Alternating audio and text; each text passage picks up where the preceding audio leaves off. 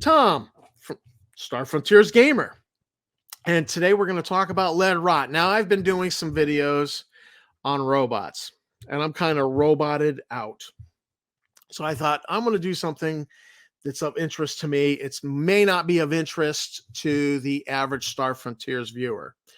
So, I mean, go ahead and check out if this is not for you. I mean, this is for the Star Frontiers fan who is also a fan of miniatures and has collected or is thinking about collecting the TSR Star Frontiers miniatures from the 80s.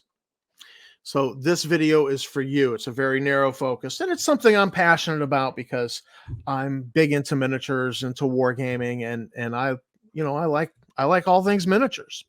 So let's get into it. The one of the problems with the TSR miniatures was they had a high lead content with very few impurities or additions of other metals to them, which led to a problem with them called lead rot, lead corrosion, lead rot. I'm going to refer to it just as lead rot. That's the name I like. So you would purchase some of them, and there'd be like a little corrosion on the surface. And let me show you an example of one that this is a battleship, a UPF battleship that I purchased. So you could see on this this example here, this was the first UPF battleship that I won the auction on eBay. And it came out of the box and it had this corrosion on it. Now, this actually is worse because I was searching around. I didn't know what was going on with it. And I was saying, hey, I got this thing, this lead miniature, and it's got some corrosion on it. And, how do I remove that? And somebody told me navel jelly. Yeah, rub some navel jelly on it. That'll take it right off. Navel jelly made it worse. And so that's what you see here. I have photographed this after having treated this with navel jelly. It greatly accelerated the corrosion that you see going on in this picture. Totally screwed myself with the navel jelly. I mean, look at this. This is just blistered everywhere. They call these blooms, actually, with the corrosion. So this was destroyed because once I found out what is really going on here, there was nothing I could do with this but throw it away. And some more. This is where the engines would have attached. Now, to give you to understand a little bit better, this is what I eventually won another auction for the UPF battleship. It is a very big ship. That is a 2-inch base there, and I put a Assault Scout miniature next to it for scale, and so that's what it should look like. That's a nice clean one. This one, after I knew what was going on, I developed a conservation program on how to conserve these miniatures to preserve them from lead rot, because I figured at the time, about 15 years ago, that lead rot would make good copies of these miniatures even more rare as time went on. And so I thought it'd be in my best interest to create a nice collection of them and have them conserved so that they're protected against lead rot. Now, I had to do a lot of educating of myself, and one of the things I found was this website. This is a Navy website. It's navc.navy.mil/home/warfare centers.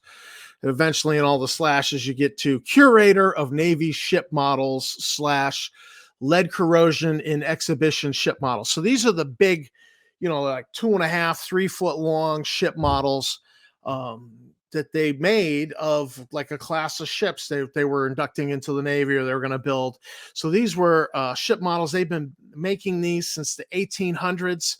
And I guess the Navy has quite a collection of them. And, they're kind of cool. It's an art. They're literally an art piece. And one of the problems is that the model makers would use lead foil to make fittings because it was very bendable. You could cut it with literally cut it with just snips, and so they it got used on these models, and they began to detect over time that this condition of lead rot was happening. And so what happens is the off gassing from the wood and the paper and the things that off gas an acid um type substance reacts with the lead and begins this chemical process that's self-perpetuating, because the acid interacts with the lead and it produces two things: lead bicarbonate, which is the white powder you'll see on the deck of a ship model, or so you get the flaky, powdery lead bicarbonate, and then more acid. And then that acid does what? It reacts with the lead and produces two more things, which is more lead bicarbonate. So it's self-perpetuating. And once it starts, it's going to eat all of the lead. Now, one of the things I discovered through reading through this whole, and I'll put the link to this in the show notes, so you can read it yourself if you're into lead miniatures and you've got some Star Frontiers lead miniatures, is that the purer the lead, the more likely you are going to get lead rot. You're going to get lead corrosion. If there were a lot of additions like tin or antimony, or some of the other metals that could be in there, it was less likely, or it progressed much slower. So that was interesting, because back during the time when I was doing a lot of research into this and what's going on with my miniatures, I heard, and this is just, I never was able to confirm this, but I heard that the Sears Roebuck TSR miniatures that were sold through Sears Roebuck. So if you had a shrink wrap box of miniatures and there was a sticker on there that said Sears Roebuck, leading you to believe that these had been sold through the Sears Roebuck, that those miniatures were very much less likely to exhibit lead rot. And once I learned that it was about the purity of the lead, I kind of figured, and this is my guess, that Sears Roebuck was like, dude, we're not selling highly toxic metal toys to children. You got to do something about it. And so then they changed the mix on the metal and added in more impurities, like tin, whatever have you, that they added in. So it was the original ones that you see, the lead, the bloom from the lead rot, the corrosion. Those are the pure lead miniatures that were packaged in blister packs and sold. They're probably highly toxic. And I've collected many of them. Yeah, there's no brain damage going on here. But so the Sears Roebuck was not going to sell those highly toxic lead miniatures. So they were like, you need to change this. So if you purchase off of eBay or from wherever a box set, and the only way you'll know that it came from, and I've personally seen one of these because I bought it, and I immediately opened it to inspect the miniatures to see what was going on, was that if it was shrink wrapped and there's a sticker on it that says Sears Roebuck, then those are miniatures that probably, I don't guarantee, don't have the lead rot. That might actually be a box set shrink wrap that you might consider not opening. I open them immediately. I do not. If I buy a shrink wrap, I am not saving them in the box. I cut the shrink wrap off. I open it. I inspect. I get them out of the box, because the box is part of the problem. That cardboard is not acid free. I get them out of there and I treat them in a process I developed. Now, part of my investigation into this is I emailed the curator back in the 2000s. I forget what year. At the time, it was a woman. I forget her name. And I explained to her my problem, and I said, here's the problem I have, and here's the solution I want to employ. What's your opinion? And her opinion was, you're screwed. She said it much nicer than that, though. She did not hold out a lot of hope for me. And And I kind of get that, and understanding what they're going through with these tiny little parts. However, here's what I did with my miniatures was, I mean, if there was a lot of lead rot, throw it away, get it out of the house, get it away from the other miniatures. I don't want it around because it's producing lead bicarbonate and more acid that's going to just keep this chemical process going. So I want it gone. So if it was I made a judgment call. If it was too far gone, it's gone. If the miniature, if the lead rot was in a spot where I might be able to file it down to fresh metal, um, without losing detail, like if it was on a face of I had one, the guy had a laser rifle, the human guy, and it was on his face. And so to file down his face was just not gonna do much for me. I could file down the base where it was on the base, sure, but to file his face, then what do? You file this face off. You know, I just threw that miniature away. And then the next step is, after you've filed down to fresh metal, any of the lead blooms, any of the blooms of the lead rot, I then do a baking soda bath. But why? Because baking soda is a base. And so, base neutralizes an acid. I don't have a recipe for you of how much baking soda to put in the water.